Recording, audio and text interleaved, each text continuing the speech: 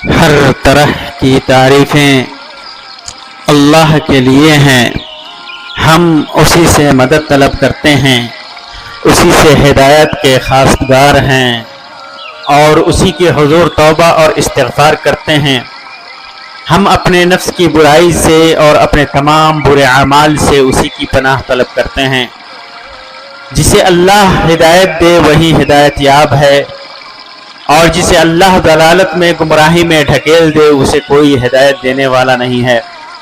میں گواہی دیتا ہوں کہ اللہ تعالی یکتا ہے، اس کا کوئی شریک و ساجی نہیں، اور گواہی دیتا ہوں کہ محمد اس کے بندے اور رسول ہیں۔ اللہ کے بندوں، میں خود کو اور آپ سب کو اللہ سے تقوی اختیار کرنے کی وصیت کرتا ہوں۔ محترم بھائیوں، ہماری شریعت اسلامیہ کا یہ معلوم اور معروف عقیدہ ہے کہ بندوں کے اعمال تین طرح کی ہیں۔ بندوں کے اعمال کی تین قسمیں ہیں۔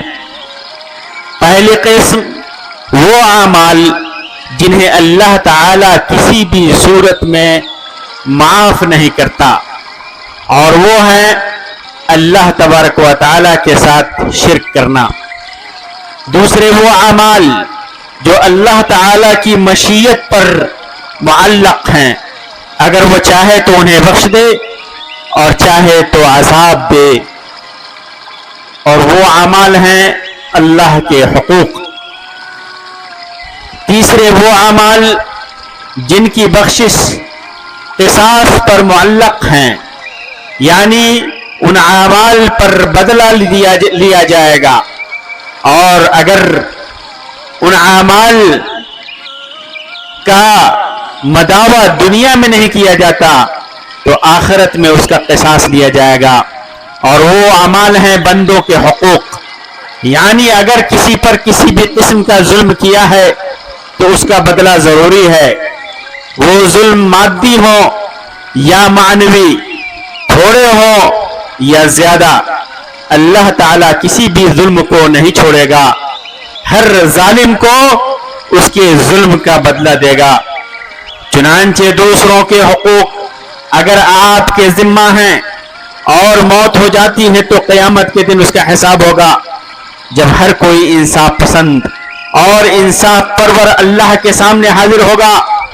ابو ہریرہ رضی اللہ تعالی عنہ سے مروی ہے کہ اللہ کے رسول صلی اللہ علیہ وسلم نے ارشاد فرمایا، قیامت کے دن تم سب حقداروں کے حقوق ادا کرو گے، حتیٰ کہ اس بکری کا بدلہ بھی جس کے سینگ توڑ دیے گئے ہوں، سینگوں والی بکری سے پورا لیا جائے گا۔ اللہ کے نبی صلی اللہ علیہ وسلم نے، جو کہ خود صادق و مصدق ہیں، جن کی سچائی میں اگر وہ قسم نہ کھائیں پھر بھی ذرہ برابر شک نہیں، اس کے باوجود آپ نے قسم کھائی کہ قیامت کے روز صاحب حق کا حق دلایا جائے گا اور کسی کا حق رہے گا اور بیکار نہیں جائے گا، اور یہ حقوق ہیں، یہ وہ حقوق ہیں جنہیں دنیا میں نہیں ادا کیا گیا تو آخرت میں لا محالہ ادا کرنا ہوگا۔ یہاں تک کہ اگر کوئی سینگ والی بکری نے بلا سینگ والی بکری کو سینگ مارا ہے تو اسے بھی اس کا حق دلایا جائے گا۔ غور کیجئے، یہ بے عقل جانور ہیں، لیکن اللہ تعالیٰ نے اپنے عدل اور کامل انصاف کو بندوں کو دکھایا ہے کہ جانور تک میں اس کا انصاف قائم ہے، تو پھر بندوں کا کیا حال ہوگا۔ یہی وجہ ہے کہ قیامت کے روز ظالم سے مظلوم کا بدلہ لیا جائے گا۔ اس لیے جسے اس بات پر یقین اور ایمان ہے کہ اسے بروز قیامت رب ذوالجلال کے سامنے اپنے سارے اعمال کا حساب دینا ہے، اسے چاہیے کہ اس کی پوری کوشش اور حرص ہو کہ اس کی موت اس حالت میں آئے کہ بندوں کے حقوق سے اس کا دامن پاک ہو، وہ بری الذمہ ہو۔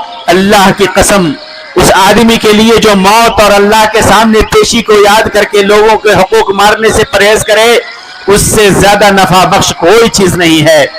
قرآن مجید کے اندر جہاں لوگوں کے حقوق مارنے سے منع کیا گیا ہے، وہیں پر انہیں آخرت کی یاد دلائی گئی ہے۔ اللہ تعالیٰ فرماتا ہے وَيْلٌ لِّلْمُطَفِّفِينَ، الذين إذا اكتالوا على الناس يستوفون وإذا كالوهم أو وزنوهم يخسرون ألا يظن أولئك أنهم مبعوثون ليوم عظيم يوم يقوم الناس لرب العالمين. بڑی خرابی ہے، تباہی ہے، ویل ہے ناپ تول میں کمی کرنے والوں کے لیے کہ جب لوگوں سے ناپ کر لیتے ہیں تو اپنا حق پورا پورا لیتے ہیں، اور جب دوسرے کو ناپ کر یا تول کر دیتے ہیں تو کم دیتے ہیں. کیا انہیں اپنے مرنے کے بعد جی اٹھنے کا خیال نہیں اس عظیم دین کے لیے جس دن سب لوگ رب العالمین کے سامنے کھڑے ہوں گے؟ اس لیے ہمیں اس برے دن کے انجام سے ڈرنا چاہیے، اور ہم اس دن کے ڈر سے اسی وقت بچ سکتے ہیں جب مرتے وقت ہمارا دامن ہر طرح کی ذمہ داریوں سے بری اور صاف ہو. لوگوں کے حقوق مارنے کے برے انجام سے اللہ کے ڈرانے کے باوجود ہمارا یہ حال ہے کہ ہم حرام کی طرف اپنا ہاتھ بڑھانے سے تھوڑا بھی نہیں ہچکچاتے. ہم اپنے معاشرے میں امت مسلمہ کے اندر خاص طور سے اللہ ماشاء اللہ چند لوگوں کو چھوڑ کر دیکھتے ہیں کہ اکثر لوگ حرام خوری میں ملوث ہیں. حرام کھا کھا کر موٹے ہو چکے ہیں. سود خوری، دوسروں کی دولت پر شب خون مارنا، دوسروں کی زمین اور جائیداد کو ہڑپنا ہمارا روزمرہ کا شیوا بن چکا ہے. لوگ ایسی بے پرواہ زندگی گزار رہے ہیں جیسے کہ قیامت ہوگی ہی نہیں، انہیں موت آئے گی ہی نہیں، قیامت کے دن ان کا حساب و کتاب ہوگا ہی نہیں. جبکہ اللہ تعالیٰ کے ہاں یہ چیز مقرر حتمی ہے کہ ذرے ذرے کا حساب دینا ہوگا، اور جس کا بھی حق مارا ہے اس کا بدلہ اس سے پورا پورا لیا جائے گا. صحیح روایتوں کے اندر ہے کہ جب عروہ بنت اویس نے سعید بن زید کے خلاف والی مدینہ مروان بن الحکم کے پاس دعویٰ کیا کہ انہوں نے ان کی کچھ زمین لے لی ہے، تو سعید بن زید نے کہا کیا میں اس بات کے بعد بھی اس کی زمین کے کسی حصے پر قبضہ کر سکتا ہوں جبکہ میں نے رسول اکرم صلی اللہ علیہ وسلم سے اس بارے میں روایت کرتے ہوئے، اس بارے میں بیان کرتے ہوئے، حکم دیتے ہوئے سنا ہے. اس پر مروان نے کہا آپ نے رسول اکرم صلی اللہ علیہ وآلہ سے کیا سنا؟ تو انہوں نے کہا میں نے رسول اکرم صلی اللہ علیہ وسلم سے سنا، آپ فرما رہے تھے جس نے عام یا کسی کی زمین میں سے ایک بالشت بھی ظلم سے حاصل کیا ہے تو اسے 7 زمینوں تک کا طوق پہنایا جائے گا. مروان نے کہا کہ اس کے بعد میں کوئی دلیل طلب نہیں کروں گا. اسی وقت سعید بن زید نے کہا اللہم، یہ بددعا کی اس عورت پر، اللہم ان کانت کاذبا فاعم بصرها واجعل قبرها فی دارها. اے اللہ اگر یہ عورت جھوٹی ہے تو اسے بے بصارت کر دے، اس کی نگاہ چھین لے اور اس کے گھر میں ہی اس کی قبر بنا دے. راوی کہتے ہیں کہ میں نے اس عورت کو دیکھا کہ وہ اندھی ہو چکی ہے اور دیواروں کے سہارے چلتی ہے اور کہتی ہے کہ مجھے سعید بن زید کی بددعا لگ گئی ہے. ایک دن ایسے ہی گھر میں چل رہی تھی کہ اپنے گھر میں موجود کنویں میں گر گئی اور وہیں اس کی قبر بن گئی. چنانچہ یاد رکھو کہ دوسروں کے حقوق ضرور ادا کرنا ہے، کیونکہ بروز قیامت ان کا حساب ہوگا. ہم چاہیں نہ چاہیں وہ حقوق تھوڑے ہوں یا زیادہ ہوں، اللہ کے عدل اور سزا سے کوئی نہیں بچ سکتا، کیونکہ اس کا معاملہ بہت بڑا اور بھیانک ہے. صحیح بخاری کے اندر ابو ہریرہ رضی اللہ تعالیٰ عنہ سے روایت ہے، وہ فرماتے ہیں کہ ہم نبی اکرم صلی اللہ علیہ وسلم کے ساتھ خیبر کی لڑائی کے لیے نکلے.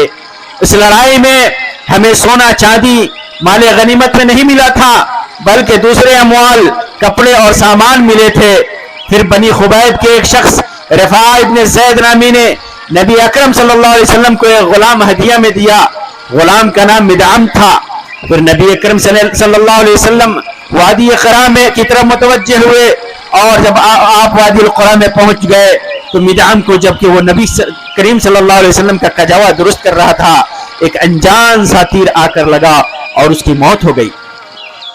لوگوں نے کہا کہ اسے جنت مبارک ہو، کیونکہ بظاہر وہ شہید تھا، لیکن نبی صلی اللہ علیہ وسلم نے فرمایا بالا والذی نفسی بیدہ ان الشملۃ التي أصابها يوم خيبر من المغانم لم تصبها المقاسم لتشتعل عليه نارا. ہرگز نہیں. اس ذات کی قسم جس کے ہاتھ میں میری جان ہے، وہ کمبل جو اس نے تقسیم سے پہلے خیبر کے مال غنیمت میں سے چرا لیا تھا، وہ اس پر آگ کا انگارہ بن کر بھڑک رہا ہے. وہ کمبل بھڑک رہا ہے. جب لوگوں نے یہ بات سنی تو ایک شخص چپل کا تسمہ یا 2 تسمے لے کر نبی اکرم صلی اللہ علیہ وسلم کے خدمت میں حاضر ہوا. اللہ کے رسول صلی اللہ علیہ وسلم نے فرمایا شراکن او شراکان من نار، یہ آگ کا تسمہ ہے یا یہ دونوں تسمے آگ کے ہیں. دنیا میں ہمیں اللہ کے ڈر کے ساتھ زندگی گزارنی چاہیے. یہ ایمان رکھنا چاہیے کہ اللہ کے سامنے حساب و کتاب سے گزرنا ہے. چنانچہ لوگوں کے حقوق مارنا، انہیں حرام اور حرام کھانا عزائم میں سے ہے. تھوڑا بہت ہر طرح کے حقوق مارنے سے بچنا چاہیے کیونکہ سب پر حساب ہوگا. یہ بہت بڑی بات ہے اسلام کے اندر کہ کوئی حرام کھائے، کسی کا حق مارے. وہ لوگ اچھی طرح سن لیں جو لوگوں کے مال ناحق اور ظلمن کھاتے ہیں، خواہ فردی طور پر کھائے، کسی ایک شخص کا کھائیں یا کسی دکان، کمپنی، ادارہ، اسکول، کالج، یونیورسٹی، مسجد، مدرسہ، یتیم خانہ اور کسی حکومتی یا غیر حکومتی ادارہ وغیرہ میں ملازم رہتے ہوئے یا بحیثیت ذمہ دار کھائیں. تھوڑا کھائیں یا زیادہ کھائیں، معمولی سمجھ کر کے کھائیں یا معمولی سمجھ کر نہ کھائیں، سب کا انجام برا ہے. سب کا حساب و کتاب دینا ہے، سب کے حساب سے گزرنا ہے. بھائیوں، موجودہ وقت میں جن برے اور غلط اعمال نے لوگوں پر اپنا تسلط جما لیا ہے اور اس کی مختلف صورتیں معاشرے میں پھیلی ہوئی ہیں، وہ ہے کسی ادارے، خاص طور سے حکومتی اداروں میں رشوت کا عام ہونا، جو مختلف انداز میں کرسی کے نیچے سے لیا جاتا ہے. اور تعجب کی بات تو یہ ہے کہ یہ حرام خوری اتنی پھیل گئی ہے کہ اب کھلم کھلا کی جا رہی ہے. اور یہ سب مٹھائی، تحفہ، ہدیہ، نذرانہ، عطیہ وغیرہ کے نام سے لیا جاتا ہے اور حق سمجھ کر کے لیا جاتا ہے. جبکہ اگر جس منصب پر آدمی ہے اگر اسے چھوڑ دے تو ایک پیسہ بھی اسے کوئی نہ دے. چنانچہ وہ آدمی اپنے منصب کا فائدہ اٹھا کر لوگوں سے رشوت لے رہا ہوتا ہے. بہت سارے لوگ اس کے اندر کوئی حرج نہیں سمجھتے بلکہ بسا اوقات اس پر فخر بھی کرتے ہیں اور بے حیائی کے ساتھ، بے شرمی کے ساتھ لوگوں کے سامنے اپنی حرام آمدنی کا تذکرہ بھی کرتے ہیں. امام مسلم نے اپنی صحیح کے اندر روایت کیا ہے کہ بنی اسد کے ایک شخص کو صدقہ کی وصولی کے لیے اللہ کے رسول صلی اللہ علیہ وسلم نے عامل بنایا. ان کا نام ابن اللہ چیچا تھا. جب وہ لوٹ کر آئے تو انہوں نے کہا کہ یہ آپ لوگوں کا ہے اور یہ مجھے ہدیہ میں دیا گیا ہے. 2 طرح کے مال انہوں نے دکھائے کہ یہ آپ لوگوں کا ہے، یہ صدقہ کا مال ہے اور یہ لوگوں نے مجھے ہدیہ دیا ہے. پھر نبی اکرم صلی اللہ علیہ وسلم ممبر پر کھڑے ہوئے، اللہ کی حمد و ثنا بیان کی اور فرمایا کہ اس عامل کا کیا حال ہوگا جسے ہم تحصیل کے لیے بھیجتے ہیں، پھر وہ آتا ہے اور کہتا ہے کہ یہ مال تمہارا ہے اور یہ مال ہمارا ہے. کیوں نہ وہ اپنے باپ یا ماں کے گھر میں بیٹھا رہا اور دیکھا ہوتا کہ اسے کون ہدیہ دیتا ہے، اسے ہدیہ دیا جاتا ہے یا نہیں دیا جاتا ہے. اس ذات کی قسم جس کے ہاتھ میں میری جان ہے، عامل جو چیز بھی ہدیہ کے طور پہ لے گا اسے قیامت کے دن اپنی گردن پر اٹھائے ہوئے آئے گا. اگر اونٹ ہوگا تو وہ اپنی آواز نکالتا آئے گا، اگر گائے ہوگی تو وہ اپنی آواز نکالتی ہوئی آئے گی، بکری ہوگی تو وہ بولتی آئے گی. پھر آپ صلی اللہ علیہ وسلم نے اپنے ہاتھ اٹھائے، یہاں تک کہ صحابہ کرام کہتے ہیں، راوی کہتے ہیں کہ یہاں تک کہ ہم نے آپ کے دونوں بغلوں کی سفیدی دیکھی. اور آپ صلی اللہ علیہ وسلم نے فرمایا کہ میں نے پہنچا دیا. 3 مرتبہ آپ نے فرمایا حرام کاروں کو انجام دینے، حرام کاموں کو انجام دینے والوں اور دوسرے کے حقوق ہڑپنے والوں میں وہ لوگ بھی ہیں جو مزدوروں اور عاملوں کی محنت کی کمائی ہڑپ جاتے ہیں، ان کی مزدوری اور تنخواہ کھا جاتے ہیں، ان کا حق وقت پر ادا نہیں کرتے اور دیتے ہیں تو پورا حق نہیں دیتے. قیامت کے دن ان کا انجام کیا ہوگا؟ اللہ کے رسول صلی اللہ علیہ وسلم نے ارشاد فرمایا ثلاثة خصمهم يوم القيامة رجل أوتي 3 قسم کے آدمی ایسے ہوں گے جن کا قیامت کے دن میں مدعی بنوں گا، ان کے خلاف میں خصم بنوں گا. رجل اوتی بی ثم غدر، ایک وہ شخص جس نے میرے نام پر عہد عہد کیا اور پھر اس عہد کو وعدہ کو توڑ دیا. وَرَجُلٌ بَاعَ حُرًّا فَأَكَلَ ثَمَنَهُ, وہ شخص جس نے کسی آزاد انسان کو بیچ کر اس کی قیمت کھائی. وَرَجُلٌ اسْتَأْجَرَ أَجِيرًا فَاسْتَوْفَى مِنْهُ وَمَا لَمْ يُعْطِ أَجْرَهُ, اور وہ شخص جس نے کوئی مزدور اجرت پر رکھا, کام پر رکھا, اس سے پوری طرح کام لیا لیکن اس کی مزدوری نہیں ادا کی. مزدوروں اور کام کرنے والوں کے حقوق کھانے والوں, غور کرو, اپنی فکر کرو. جب قیامت کے دن انصاف اور عدل کرنے والے اللہ کے سامنے خود ان سے اللہ کے رسول صلی اللہ علیہ وسلم خود ان سے مخاصمہ کریں گے, جھگڑا کریں گے, لڑیں گے. چنانچہ چند ٹکے جو تو نے دوسروں کے حق مار کر کھائے ہیں کوئی فائدہ نہیں پہنچائیں گے. اس لیے اس برے عمل سے خود کو دور رکھو. اہل حق کا حق مارنے والوں میں وہ لوگ بھی شامل ہیں جو اپنی بہن بیٹیوں کا حق حرام طریقے سے کھاتے ہیں. جو حقوق اللہ تعالیٰ نے میراث میں ان کو دیے ہیں ان کو مار کر بیٹھ جاتے ہیں. انہیں یاد رکھنا چاہیے کہ بروز قیامت اللہ کے حکم سے ان حقوق کا بدلہ لیا جائے گا. پھر ان کا انجام کیا ہوگا؟ انسان پوری عمر نیکی کرتا رہا, پھر جب اس کی موت آتی ہے اس کے ذمہ بیٹی بہن کے حقوق ہوتے ہیں جنہیں وہ ادا نہیں کیا ہوتا ہے, جس کے عوض اللہ کا عذاب, اس کے عتاب اور اس کا غصہ نازل ہوتا ہے. چنانچہ جس کے ذمہ حقوق ہوں, جو بھی حقوق ہیں, انہیں ادا کرنے میں جلدی کرنا چاہیے. اللہ کے رسول صلی اللہ علیہ وسلم نے ارشاد فرمایا کہ اگر کسی شخص کا ظلم کسی دوسرے کی عزت پر ہو یا کسی طریقے سے ظلم کیا ہو تو آج ہی اس دن کے آنے سے پہلے معاف کرا لے جس دن نہ دینار ہوں گے نہ درہم ہوں گے. موت سے پہلے, قیامت سے پہلے, قبر کے عذاب سے پہلے اپنا حق ادا کر دے. جن کے حقوق اس کے اوپر ہیں, جن کے ساتھ اس نے ظلم کیا ہے, حق مارا ہے, اس کو جلدی سے جلدی ادا کر دے. کیونکہ قیامت کے دن کوئی بھی فدیہ نہیں چلے گا, نہ دینار کام دے گا, نہ درہم کام دے گا, نہ روپیہ پیسہ کام دے گا, نہ سونے چاندی کام دیں گے.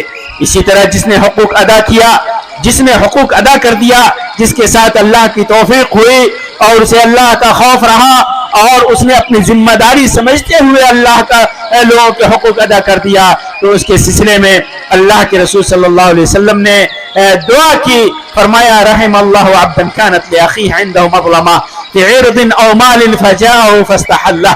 اللہ تعالیٰ ایسے بندے پر رحم کرے جس کے پاس اس کے بھائی کی عزت یا اس کے مال میں کوئی بدلہ ہو, کوئی حق ہو, پھر وہ مرنے سے پہلے ہی اس کے پاس آ کے دنیا ہی میں اسے معاف کرا لے.